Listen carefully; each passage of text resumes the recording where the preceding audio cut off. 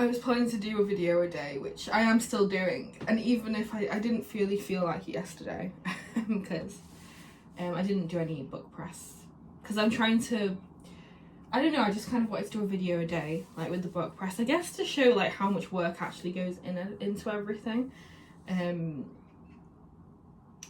of, I think that kind of is the main goal of this, and it is like I do it like nearly every day, but sometimes I just, I don't know, feel too drained. So I didn't yesterday. I just the opening clip of this video is day 11. Well, no, sorry, day 12.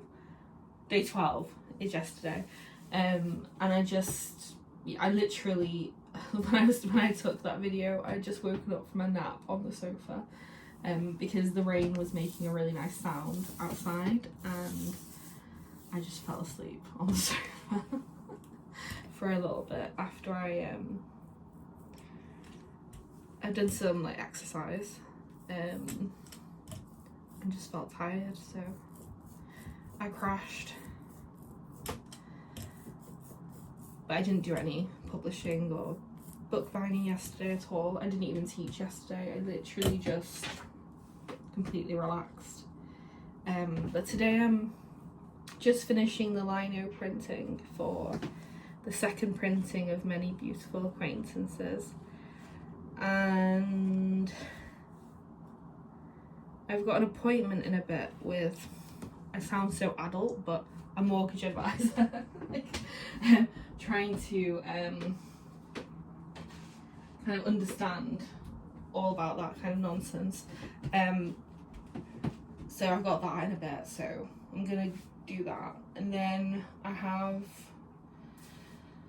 I think, teaching from 5 o'clock today, but I do have the whole afternoon. I've got a meeting with a writer at 2 p.m. To finish the typesetting for Airsign, and that's kind of the day. And then hopefully after I finish tutoring, I'm gonna go for like a long walk. I've been trying to, I don't know, just go out and walk more. I think when you are subject to working from home, you spend a lot of time inside because I mean that's where your work is. Like, you're on the computer. Like, I'm not on the computer a lot just because this is very like hands-on, but like with teaching and then with like more design related stuff, you kind of are on the computer quite a lot. I'm just thankful that bookbinding like isn't, you know, it's not on the computer, and I have to stand up, and it's nice to open the window and yeah, like just move your body in that way. So I do like that side of my work. I don't know how. I don't know. I could not have. Like, I cannot have a job where I'm just on the computer all the time. It would just make me feel so depressed. It just doesn't work with me. I know some people just love it, but I really like using my hands. So I mean, in this way, like in a creative way. I guess you are still using your hands technically with a computer, but it's not the same. For me anyway. But yeah, I'm just finishing these lino prints. It's probably all I'm gonna have time to today in terms of bookbinding today, like finishing these. The rest of my day is gonna be took up by meetings and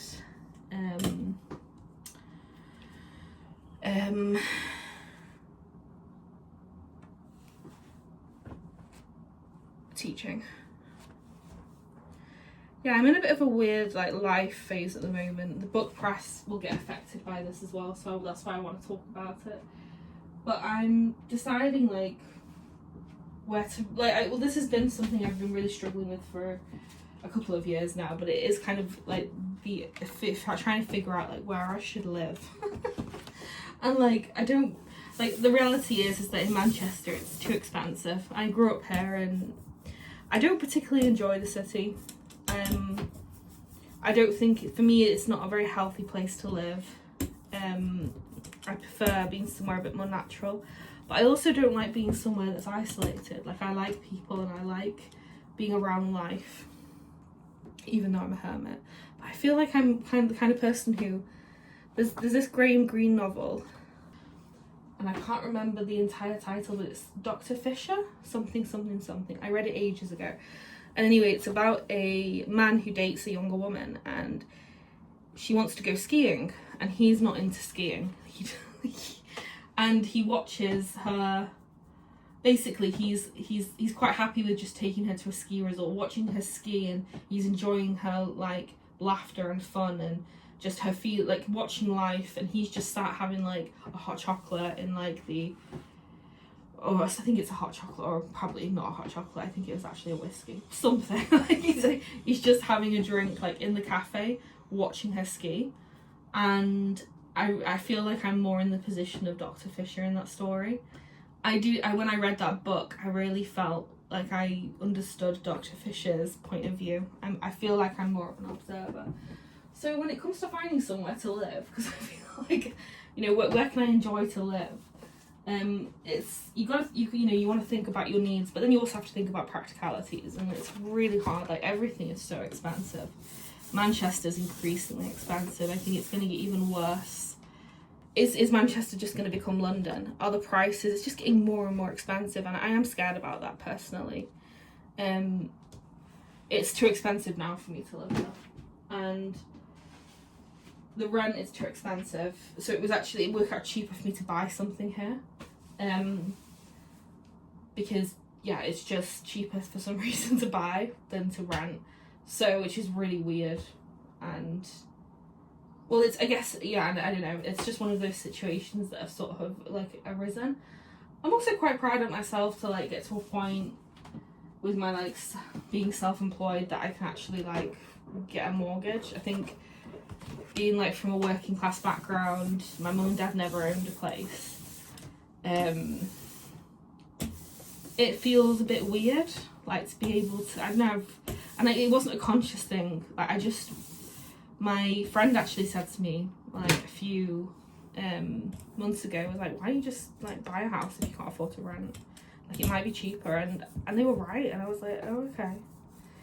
I didn't realise, but it does feel a bit weird, and I don't know how I feel about it.